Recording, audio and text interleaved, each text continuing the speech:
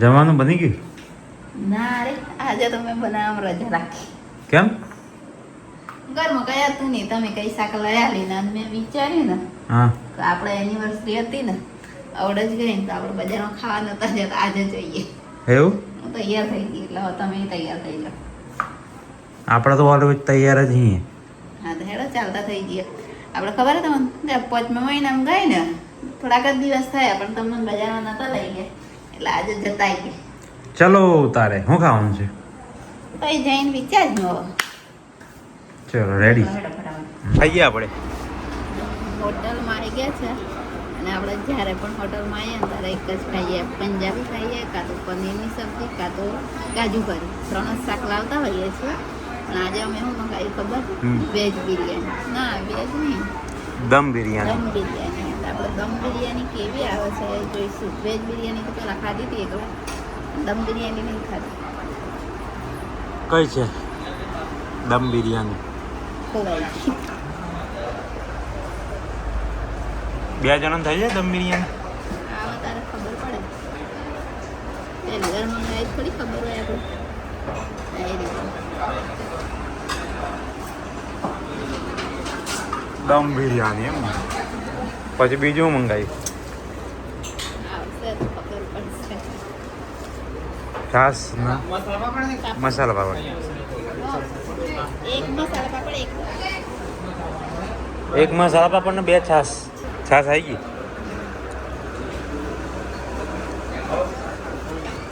છાસ મેં બનાવવા મળી છે. એક હોટલ એવી હતી ને છાસ પીવા સ્પેશિયલ હોતી. આ હોટલમાં પહેલી વાર આવી છે છાસ ચેક.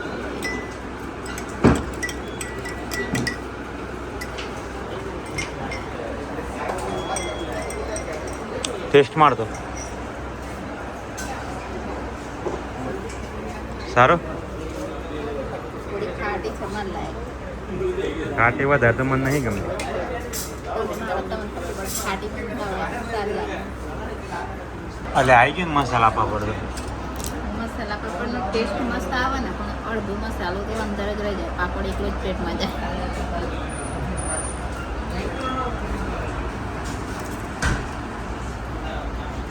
કેવો સરસ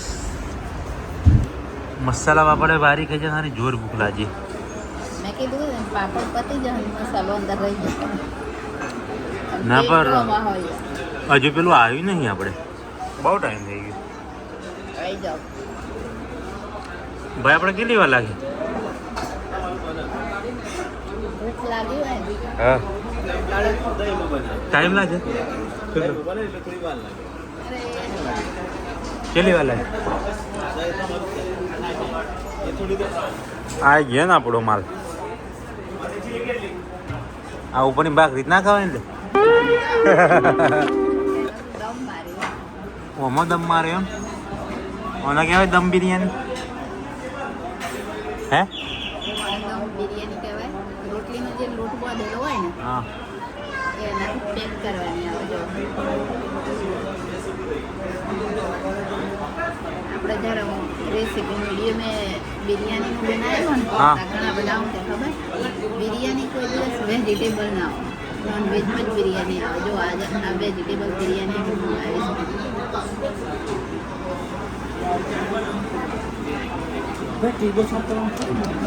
ભાઈ ભૂખ મોટી તાણી આવી રહી હે.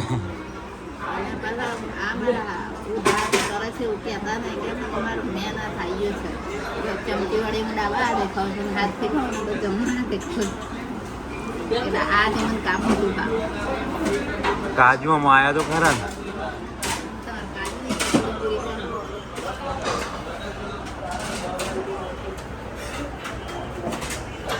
ભૂખ મરી ગઈ તાણી આવી યાર. બહુ ટાઈમ લાગ્યો. પછી નહીં હજુ. બધી વ્યસ્ત પેલું છે. હા થોડી જગ્યા ઠંડા માટે રાખી.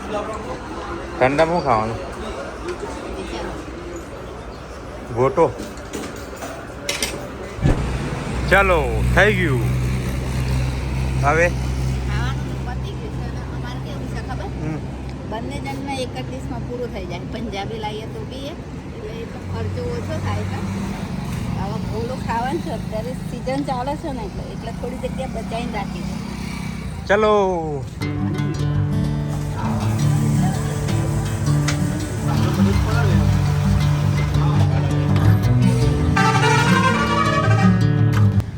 કેવો લાગે?